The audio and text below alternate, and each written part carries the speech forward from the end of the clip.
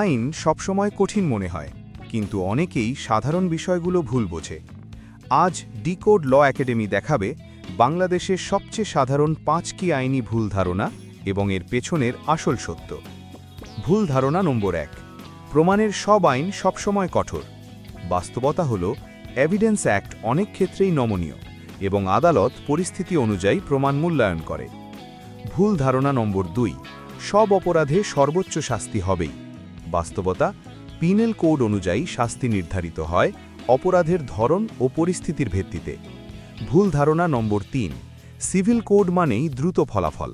বাস্তবতা, অনেক ক্ষেত্রে দেওয়ানি মামলার প্রক্রিয়া সময় সাপেক্ষ হয়ে থাকে। ভুল ধারণা নম্বর 4, লয়ার ছাড়া কিছুই করা যায় না। বাস্তবতা, অনেক ক্ষেত্রে সাধারণ মানুষ নিজেই প্রাথমিক আইনি পদক্ষেপ নিতে পারেন। ভুল ধারণা নম্বর 5, আইন সবসময় জটিল এবং বোঝা কঠিন।